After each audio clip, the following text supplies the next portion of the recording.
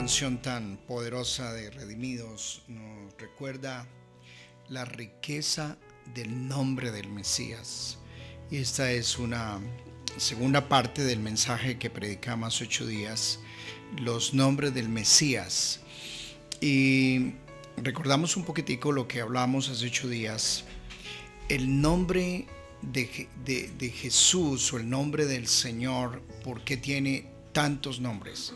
Ninguno de nosotros se llama, yo me llamo Rubén Darío, pero yo no me llamo a la vez Pedro, Carlos, Fernando, es solo un nombre. Pero solo el Señor tenía muchos nombres, o tiene muchos nombres, porque el nombre es la esencia, es el carácter, es el destino, es la misión, es el propósito.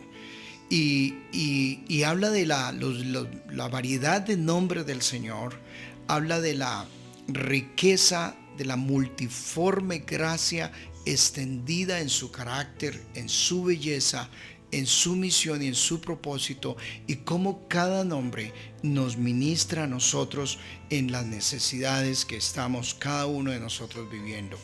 Entonces, hace 8 días hablamos de Jesús, el Salvador, cómo Él vino a salvarme de mis pecados, pero también de una condenación eterna, pero también a sanarme. Y hoy volvemos a mirar Mateo capítulo 1, versículo 21. Y darás a luz un hijo y llamarás su nombre Jesús, porque Él salvará a su pueblo de sus pecados.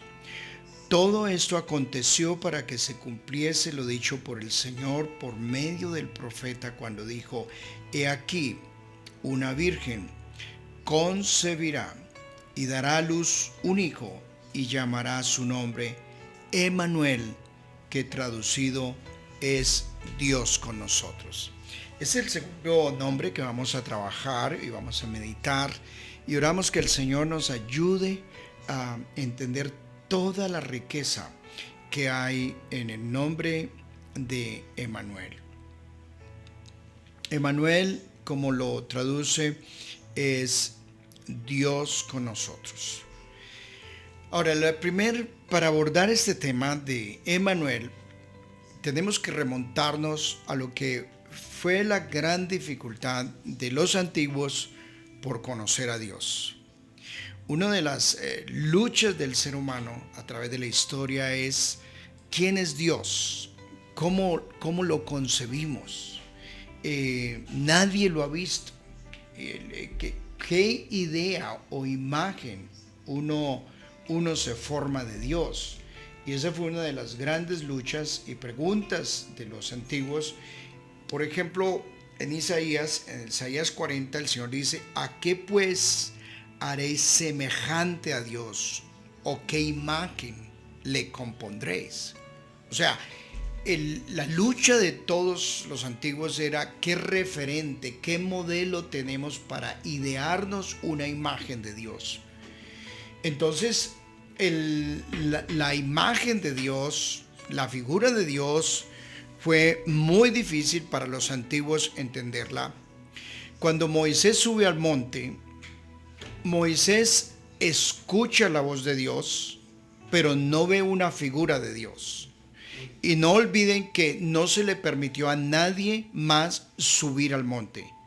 Y una de las prohibiciones claras que el Señor le hace a Moisés para el pueblo es: ustedes no vieron ninguna imagen mía, por lo tanto a ustedes se les prohíbe hacer una imagen.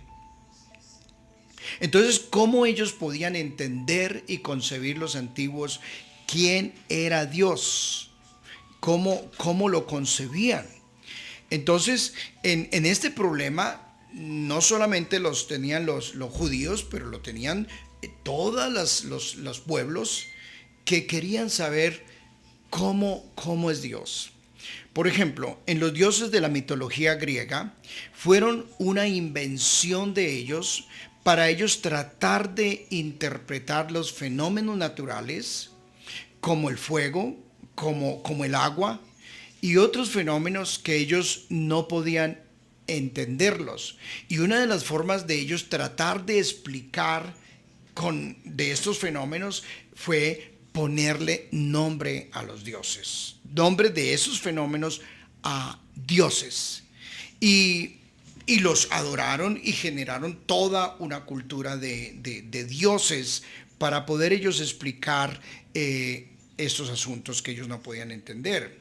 Lo otro es que ante la fragilidad del ser humano, entonces ellos tenían que crear un Dios para poder pedirle a ese Dios que les ayudara en sus cosechas, que les ayudara en los peligros y en las cosas que ellos estaban viviendo. Por ejemplo, Afrodita, la diosa de la fertilidad de la cosecha. Entonces ellos crean un Dios y se adoran y se postran ante ese Dios, y a ese Dios le piden que les ayude. Cuando Pablo llega a Atenas, encontró en el templo una inscripción que decía: al Dios no conocido. Porque ellos no conocían a Dios, ellos no podían saber quién era Dios. Era la lucha de los antiguos.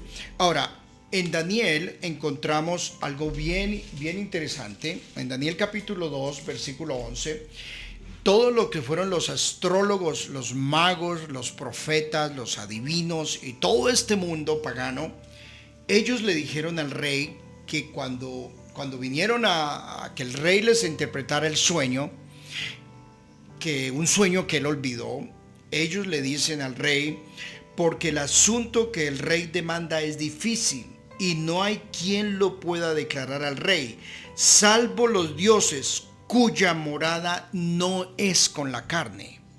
O sea, para ellos los dioses no moraban con la carne, no eran accesibles, no eran conocibles. Ellos no podían acercarse a Dios en esa forma como ellos querían. En el pensamiento griego y la filosofía de ellos, los dioses no pueden habitar con los mortales. Y uno de los pensamientos de la filosofía griega y por ejemplo los gnósticos, ellos hablan de que la materia es mala. Por eso se dio esa división entre lo que fue la materia, lo santo y lo profano.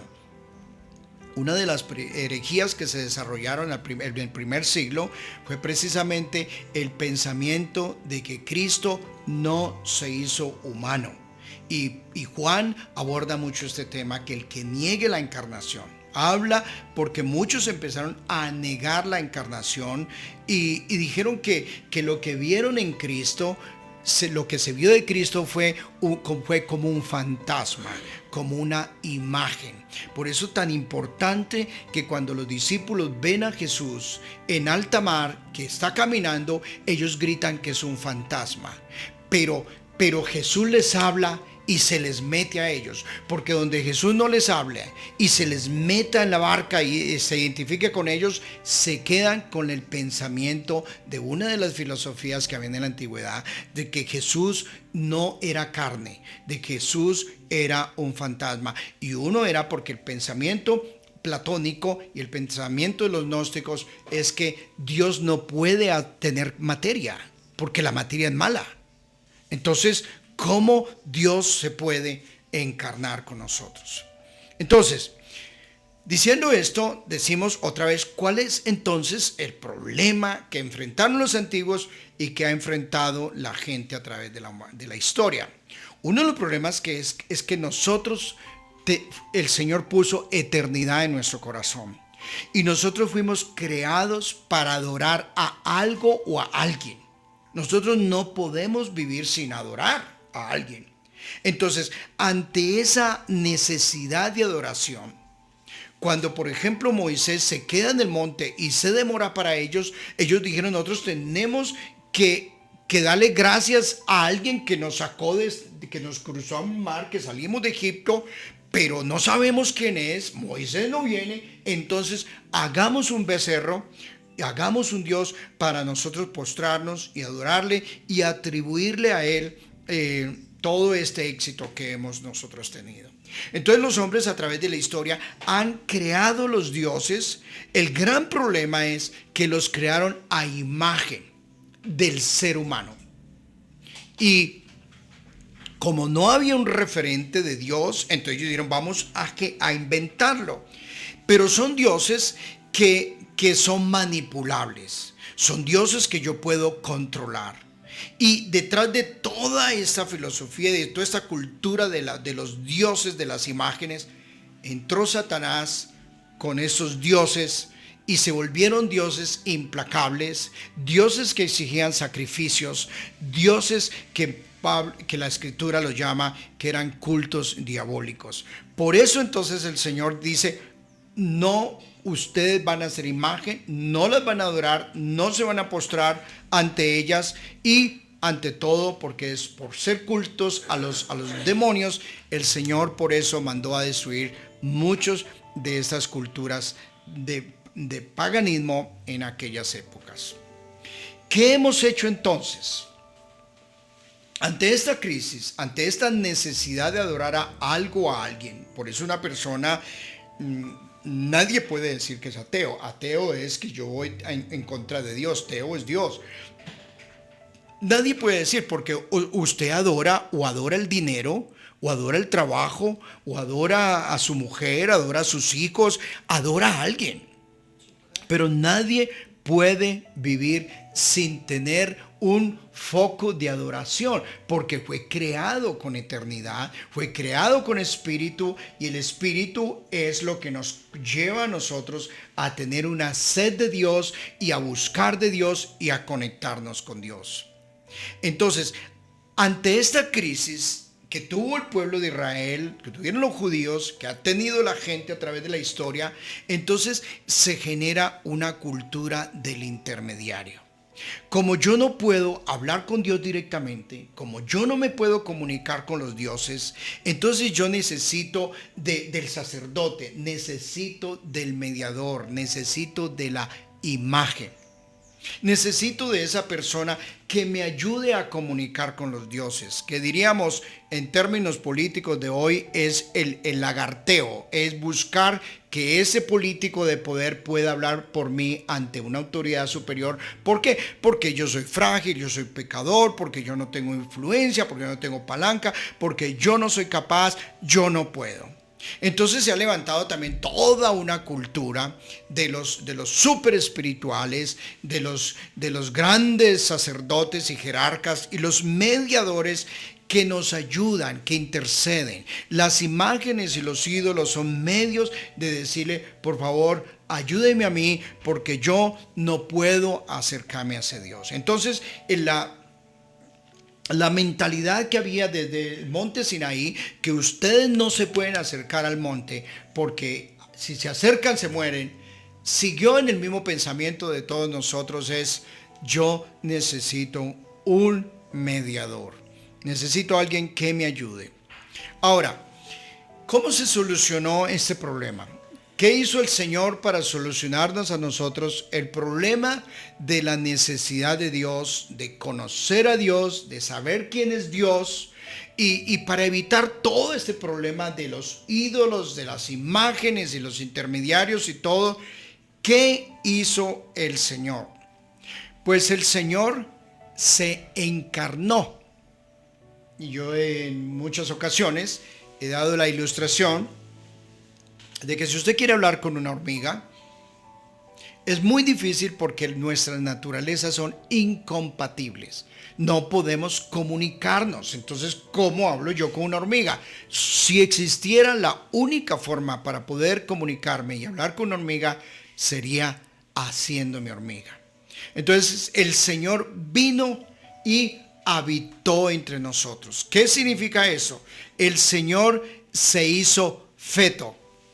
Inconcebible para la mente humana que Él sea concebido por el Espíritu Santo, y en el Señor encontramos entonces el 100% divino, porque fue concebido por el Espíritu Santo en la encarnación, pero también el 100% humano, porque prestó un vientre humano y nació como todos los humanos. Las dos, y con eso fue para la iglesia, los padres de la iglesia, defender las dos corrientes heréticas que se levantaron en la época.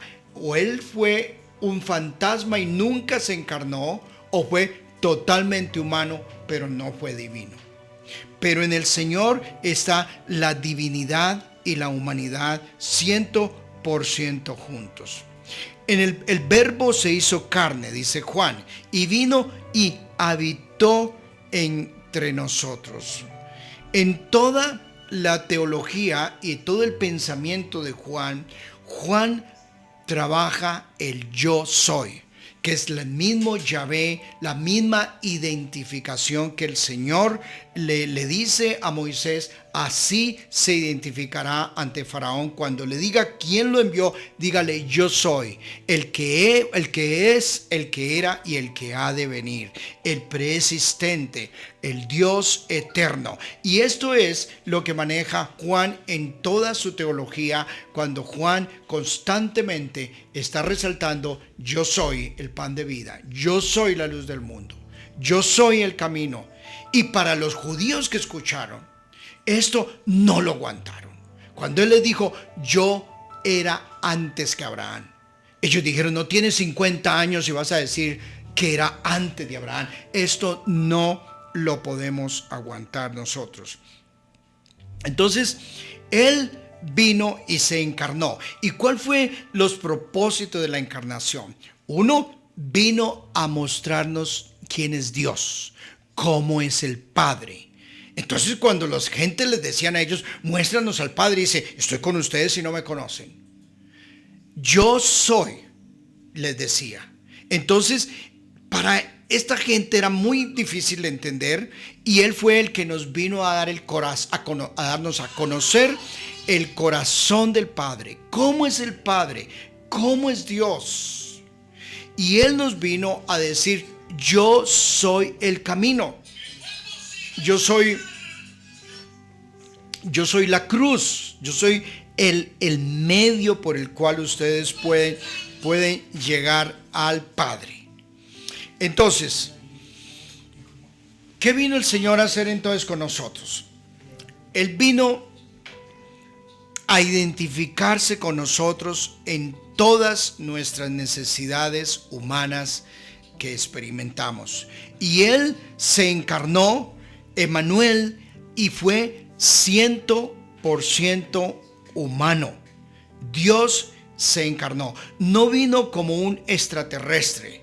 No, él no vino aquí con como lo tratan de describir, como un E.T., como un extraterrestre raro. No, Él vino y tomó la forma y la apariencia nuestra y se hizo como uno de nosotros. Experimentó todas las luchas y las debilidades que todos nosotros los seres humanos experimentamos. Fue tentado en todo, sin pecado. Experimentó el dolor y el sufrimiento que todos experimentamos. Entonces, ya con toda esta, diríamos, forma de entender desde los antiguos, la lucha que ellos tuvieron, que nos ayude a entender por qué Emmanuel, por qué la encarnación. Ahora entramos a trabajar este tema, a desarrollar estos puntos. ¿En qué se hizo carne y fue como uno de nosotros? En primer lugar, la forma como Él nació. Jesús llegó a ser Emmanuel para todas las madres solteras, para todas las madres que tuvieron un hijo, pero que lo tuvieron fuera del matrimonio. Y Jesús vino a identificarse con ellas. Juan no aguantó esto y por eso quiso huir y secretamente, antes de exponer a María a la lapidación y a la vergüenza pública. Jesús viene a identificarse con un sector muy grande de la humanidad, de mujeres abandonadas, solas, mujeres rechazadas, mujeres que llegaron a tener sus hijos fuera del matrimonio. Y Jesús se encarna en esa dimensión. Jesús nace en un establo, en un lugar que no es como lo pintan, un lugar que no huele tan agradable, un lugar de mucha pobreza. Y Jesús viene y nace ahí. Pudo haber nacido en un palacio, pudo haber nacido en los mejores lugares, pero Jesús nace para encarnarse con aquellos que nacen en condiciones de tanta pobreza, de tanta miseria, marginados y rechazados. Muchos de nosotros nacimos en esos lugares. Mi caso personal, mi familia, nacimos en lugares que eran como establos. Y Él viene ahí para sacarnos a nosotros de esas condiciones de miseria y de pobreza en todos los niveles. Jesús se encarna con aquellos que nacen en contextos donde no pudieron tener una fiesta de baby shower, como le dicen. No pudieron tener invitados, no tuvieron una cuna, no tuvieron los juguetes mejores, no hubo una fiestica para Él. Jesús nace en esos contextos para aquellas personas que toda la vida han llorado por su infancia, porque no tuvieron un juguete, porque no tuvieron las necesidades básicas suplidas o cubiertas, por aquellos que nacieron en contextos de tanta pobreza donde no tuvieron ni siquiera el alimento básico. Jesús nace en esos contextos para todas aquellas personas que nacieron ahí y han sido marcados y han sufrido toda la vida, puedan acercarse a Emmanuel, y Emmanuel les va a decir: sí, yo entiendo eso, entiendo la pobreza, entiendo la miseria, entiendo que es nacer en esos contextos, entiendo que es no tener una cuna, que es no tener ni siquiera una fiestica para cuando nazca. Jesús nace en un pueblito, por eso llegan a decir más adelante: podrá salir algo bueno de Nazaret, podrá salir algo bueno de ese pueblito. Y uno se pregunta, bueno, pero ¿por qué no nació en Jerusalén, la capital, donde estaba el Sanedrín? ¿Por qué no nace en Roma, la capital del mundo en aquella época? Jesús nace en esos lugarcitos marginados para aquellos que sufren de dónde nacen. Es que yo nací en un pueblito donde no hay educación, donde no están las mejores escuelas, las mejores universidades. Tengo vergüenza de que nací en el pueblito tal. Y muchas personas cargan ese estigma de vergüenza, de saber que son de un pueblito marginado, de una familia marginada, que no tienen representación, que no tienen estatus social, que no tienen una gran figura representativa en el mundo. Jesús nació ahí y se encarnó en esos lugares, para que cuando usted se sienta así, vaya donde Manuel y le diga: Señor, este es mi trasfondo. Y Él le va a decir: no te preocupes, yo también nací en esos lugares de tanta pobreza y de tanto rechazo. ¿Se ha sentido usted muchas veces así, no? Que la gente le pregunta su nombre y se avergüenzan, y usted de dónde viene, y usted dice: este es mi pueblito, y en qué universidad o en qué colegio estudió. Entonces como que le da pena, porque ni siquiera esa universidad aparece en el mapa de la gente importante donde se estudian y se educan bien. Jesús por eso ni a ninguna universidad fue. Y yo creo que también la pobreza de los padres no le permitió a ellos llevarlo a que fuera bien educado, porque no tenían. Recuerdan que cuando a Jesús lo presentan, traen 2 tortolitas, que era la ofrenda que traían los gentes más pobrecitos. Y Jesús experimenta eso. Jesús sabe qué es la pobreza. Y como dice la palabra, Jesús, siendo rico, se hizo pobre para que nosotros en su pobreza fuéramos enriquecidos. O sea, Él viene y se mete en mi contexto para sacarme. Y yo le garantizo que muchos de ustedes hoy tienen mejor educación en la parte humana que la que Jesús tuvo. Nació hoy en mejores casas y vive en mejores lugares. Come mejor, seguramente, que lo que Jesús tuvo en aquella época. Usted ha podido tener oportunidad de viajar y de conocer universidades, estudiar y formarse mejor que lo que Jesús tuvo en la época, porque Jesús se hizo pobre para que nosotros en su pobreza seamos enriquecidos, sacarnos de la condición en que estábamos y bendecirnos y catapultarnos y ponernos a otro nivel. Pero Jesús también nace en un contexto de persecución, de guerra y de violencia y desplazamiento. Jesús experimentó eso. ¿Quién de ustedes? Y bueno, me estarán escuchando algunos que han nacido en contextos de violencia y de persecución, pero Jesús, desde que nació, los padres les tocó desplazarse. Por eso hay que entender mucho los desplazados, y el Señor entiende los desplazados, los que les tocó dejar su tierra, los que les tocó huir, los que les tocó ir a otros lugares. Por eso el Señor enfatiza tanto que cuidemos del extranjero, cuidemos de la persona que fue desarraigada de su tierra y que fue amenazado. A mí me duele ver tanto venezolano que nos ha llegado a nuestra nación. Y por unos no podemos decir que todos son como a veces pensamos. Hay mucha gente sufriendo. Parte el alma ver tanta gente con niños deambulando por las calles de Colombia sin tener lugar donde ir. Jesús tiene misericordia y compasión para ellos, porque también sus padres salieron huyendo y fueron perseguidos por la violencia, por la amenaza de muerte de un Herodes. Jesús nació en contextos de rechazo para todos los que han sido rechazados.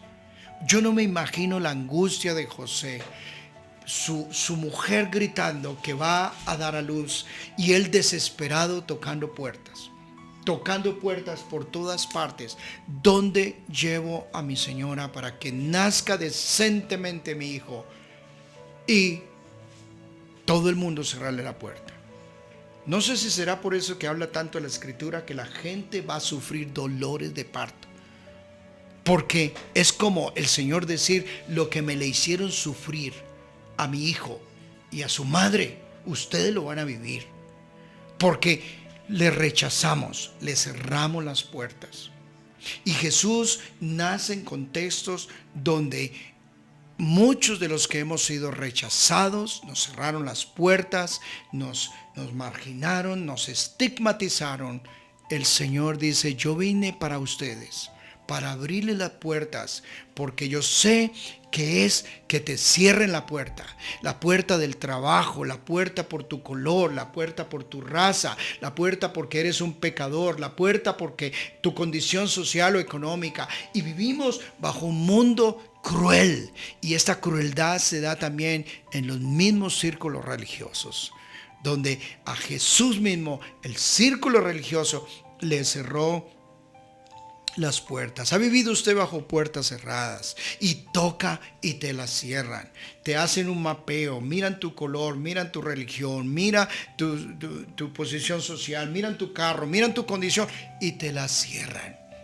El Señor nació en contextos así para poder ser Emmanuel, encarnarse con nosotros y poder ir y decirle: Señor, he llorado porque todo el mundo me ha abandonado.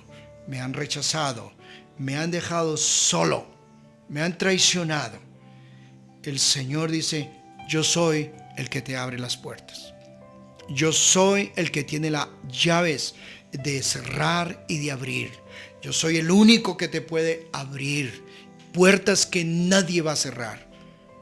Él es nuestra puerta, porque a Él le cerraron las puertas. Jesús vino a ser Emmanuel para todos aquellos que experimentan rechazo, abandono, traición, soledad, aún por los más cercanos. El círculo más cercano le abandona y le traicionan. Y Jesús entonces viene y nos dice: yo sé qué es eso.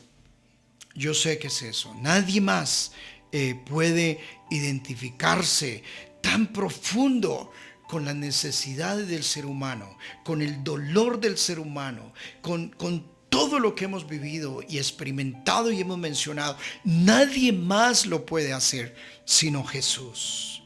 Por eso Él es el único mediador.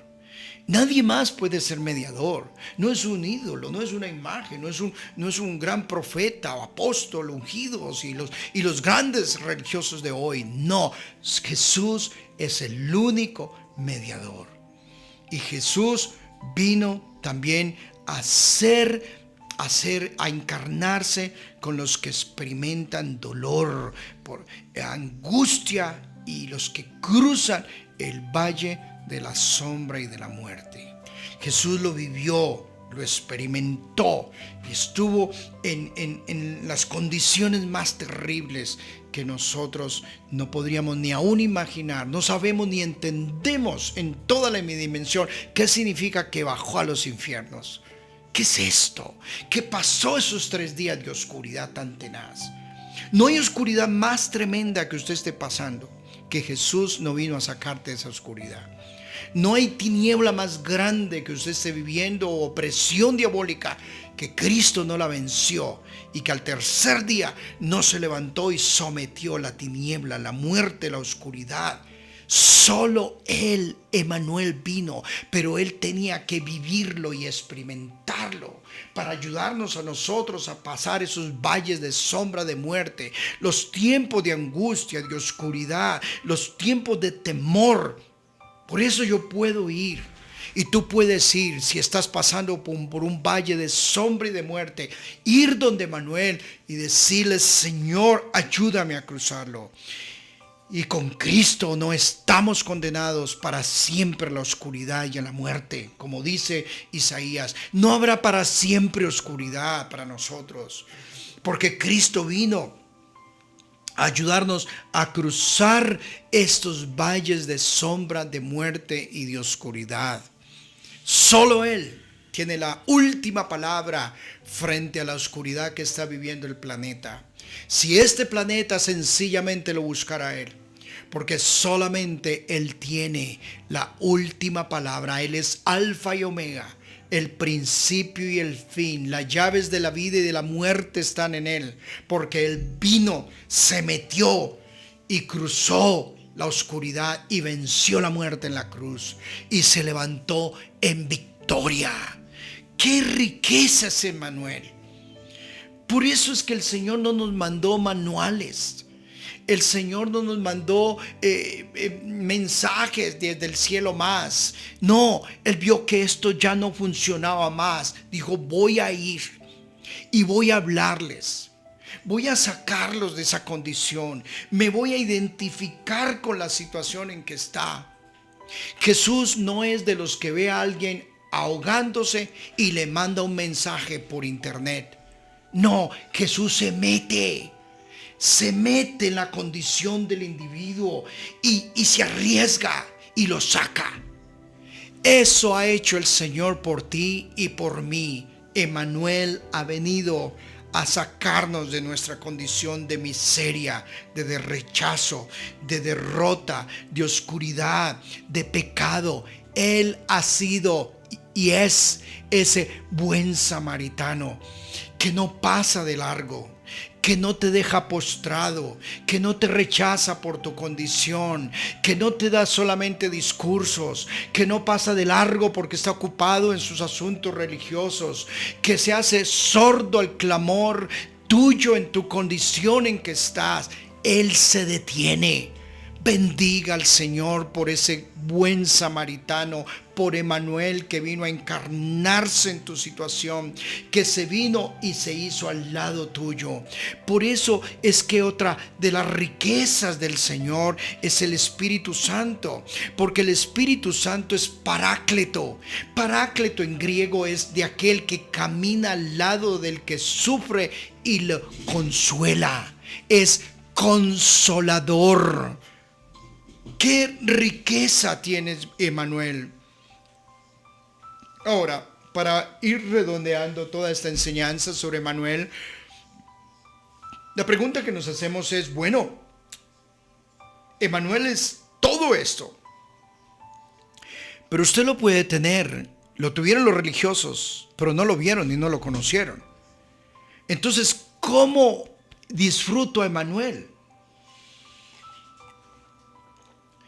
Mis queridos hermanos, qué tristeza, qué tragedia fue para todos los religiosos de la época que lo vieron, lo pudieron palpar, pero lo rechazaron. Los religiosos lo rechazaron. El mundo, mucho de aquel mundo pagano, lo rechazó a él. Pocos lo vieron, lo entendieron y dijeron como Juan: vimos su gloria, la gloria como la del unigénito, lleno de gracia y de verdad. Lo vimos, lo palpamos al Verbo y cayeron postrados ante Emmanuel. Muchas personas, para muchos quizás de los que escuchen, ojalá no, esto no significa nada, no me interesa, el mensaje no es tan profundo, esto no me llega a mí, no me importa. Otros seguramente van a exaltar y honrar al Señor y caer postrados ante Emmanuel. ¿Cómo me acerco ante Emmanuel? En primer lugar, el Señor dice en Hebreos que Él nos abrió un trono de gracia. Y nos dice que nos acerquemos confiadamente. Ya no necesito ese intermediario. Ya no necesito el ídolo. Ya no necesito la imagen. Ya es un asunto de fe, de acercarme confiadamente. Porque Él no te va a exigir tus credenciales religiosas. Él no te va a exigir tus títulos. Él no te va a exigir nada. Lo único que Él espera ver de ti es un corazón contrito y humillado. Alguien que se postra ante el trono de la gracia y dice: Señor, Emmanuel, ven conmigo, encárnate en la situación que estoy viviendo, en el problema que estoy experimentando y sácame de la condición en que estoy. Sencillamente es acéptalo, créalo. A lo suyo vino, pero los suyos no le recibieron. Rechazaron a Emmanuel. Pero dice: mas a todos los que le recibieron, cayeron postrados, le creyeron, les dio el gran regalo de hacerlos hijos de Dios. Nosotros hoy disfrutamos a Emmanuel porque es el papá con nosotros. Son los hijos que disfrutan a papá en casa. Lo pueden abrazar, lo pueden tocar, se pueden postrar, pueden tener comunión con papá. Eso vino a ser el Señor. Y si yo lo creo y lo acepto y lo recibo en mi corazón y me humillo delante de Él, yo disfruto a Emmanuel. Lo segundo que yo quiero animarte es: cultiva una relación con el Señor. Disfruta a Emmanuel. Él es cercano. Dice que Él se acercó a nosotros, se hizo accesible. Lo podemos tocar en forma espiritual, lo podemos adorar y Él está ahí con nosotros. Ayer o antier estuve orando por dos personas que no conocen al Señor y yo les dije: permítame orar por ustedes y ustedes van a experimentar, si tienen fe, la presencia de Dios en sus vidas. Y ustedes lo van a hacer con unos trasfondos bien complicados donde estas personas se mueven. Oré por ellos. Ellos quedaron choqueados. Ellos quedaron anonadados. Y quedaron en silencio un rato y yo les dije: ¿qué les pasó? Y dijeron: uy, ¿qué es esta energía? Mis queridos amigos, no es una energía, es la realidad del Espíritu Santo, que sencillamente, si le creemos, si oramos y nos postramos, Él está ahí con nosotros. Por eso dice Isaías: buscar a Jehová mientras puede ser hallado. Ahora tienes oportunidad de disfrutar a Emmanuel. Yo sí creo que uno de los juicios más grandes en el infierno es haber podido disfrutar a Emmanuel y y haberlo rechazado y no haber tenido la bendición y la oportunidad de acercarse a Él y de disfrutar de su presencia y de conocerlo. Este Dios no conocido que habló Pablo en en Atenas, en Hechos 17, se hizo carne y habitó entre nosotros. Podemos conocer ahora a Dios. No necesito hacer más imágenes, no necesito tener ídolos. Ya lo podemos conocer en la persona del Señor Jesús. El Señor Jesús nos vino a dar a conocer el carácter del Padre, así como fue Jesús en la tierra y como lo describen los evangelios. Así es Yahvé, así es el Padre. ¿Cómo lo concibes? Un Dios lleno de amor, lleno de misericordia, lleno de compasión, que se duele también ante el pecado, que también es un Dios justo, pero que también es un Dios que hace justicia. Es un Dios que ha establecido una palabra y que el cielo y la tierra van a pasar, pero menos sus palabras. Que Él dijo y se hará, que es el que fue, el que es y el que será, el alfa y la omega. Él es Emmanuel, Dios con nosotros.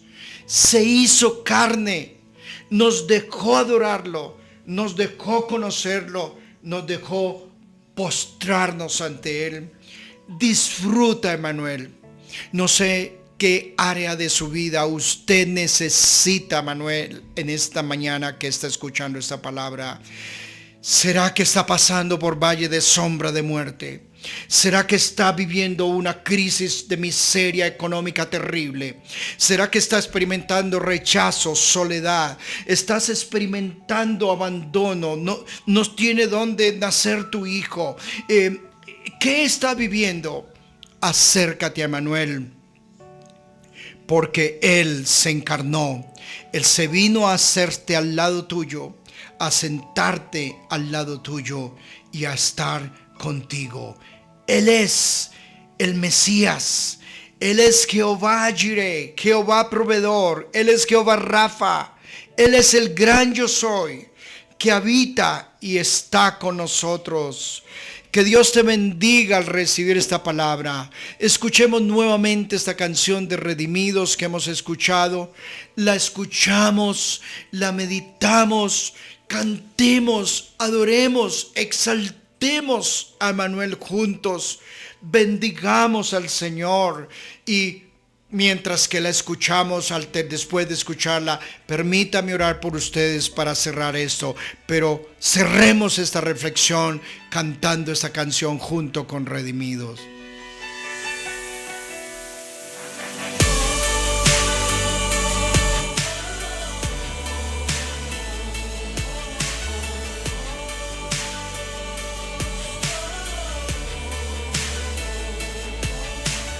De veras, no sabía.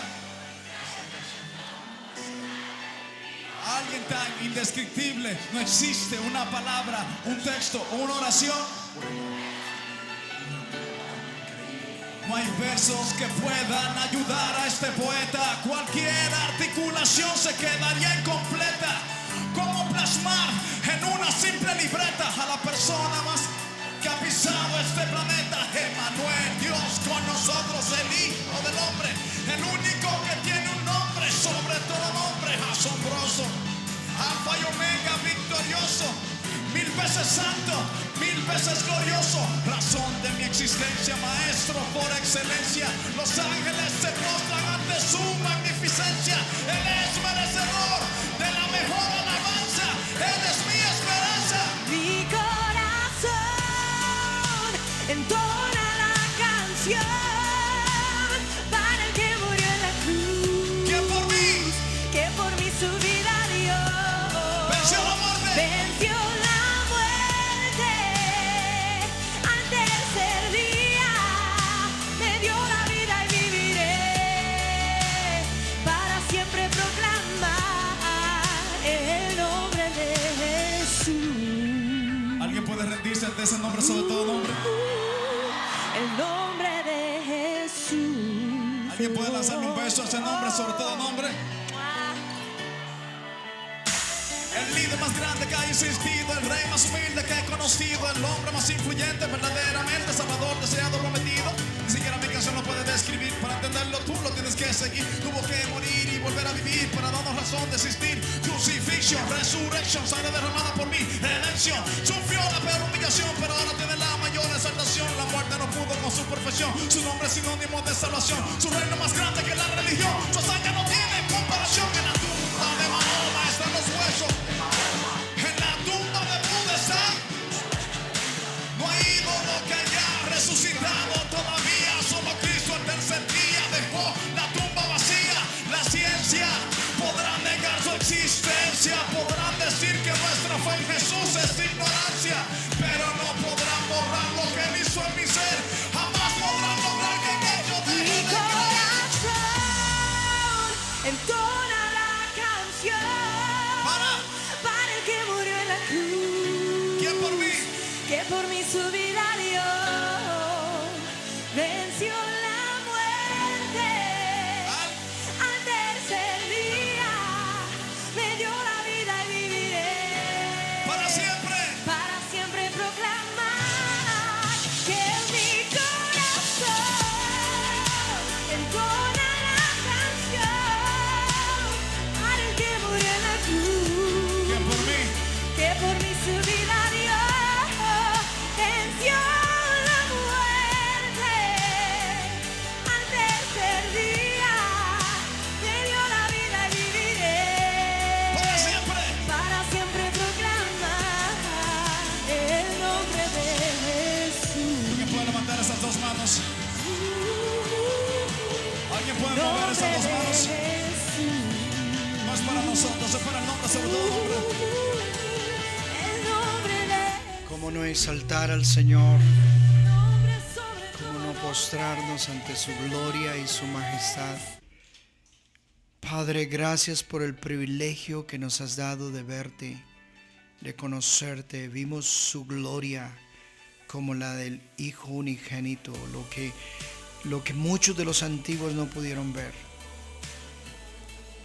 Daniel, Isaías, los gigantes no pudieron verlo, pero lo vio Juan y nos dio el privilegio a nosotros de verlo. Queremos adorarte y exaltarte a ti. Yo pido que Manuel se identifique y abrace al que está sufriendo con temores, y lo abrace y lo bendiga y le diga: no tema, como ya nos lo he dicho, yo vencí. En el mundo tendrán aflicción, pero no teman, yo he vencido el mundo. Abraza, Emanuela, a aquellos que están en tanta crisis económica. Ábreles puertas. Los que solamente han recibido rechazos y puertas cerradas, ábreles puerta, Emanuel, y bendígalos con provisión hasta que les sobre y les abunde.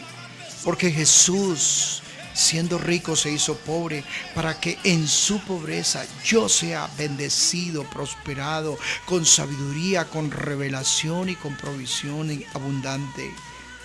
Emanuel, ven y saca a aquellos que están angustiados en sus cuevas de oscuridad y libérales, sácales, Señor. Padre, te damos gracias por esta palabra, por haber venido y acercarse a nosotros, por ser papá con el cual podemos cantar, adorar, jugar, hablar, comer juntos. Qué regalo, qué bendición.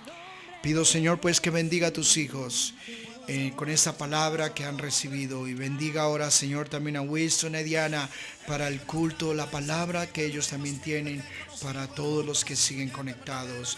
Te damos gracias por amarnos y cuidarnos, en el nombre de Jesús. Amén. Mis amigos, les animo a que nos escriban, conéctense en YouTube, escríbanme al WhatsApp, los que reaccionan frente a la palabra, conéctense en la emisora, que hay tanta riqueza de palabra y ministración.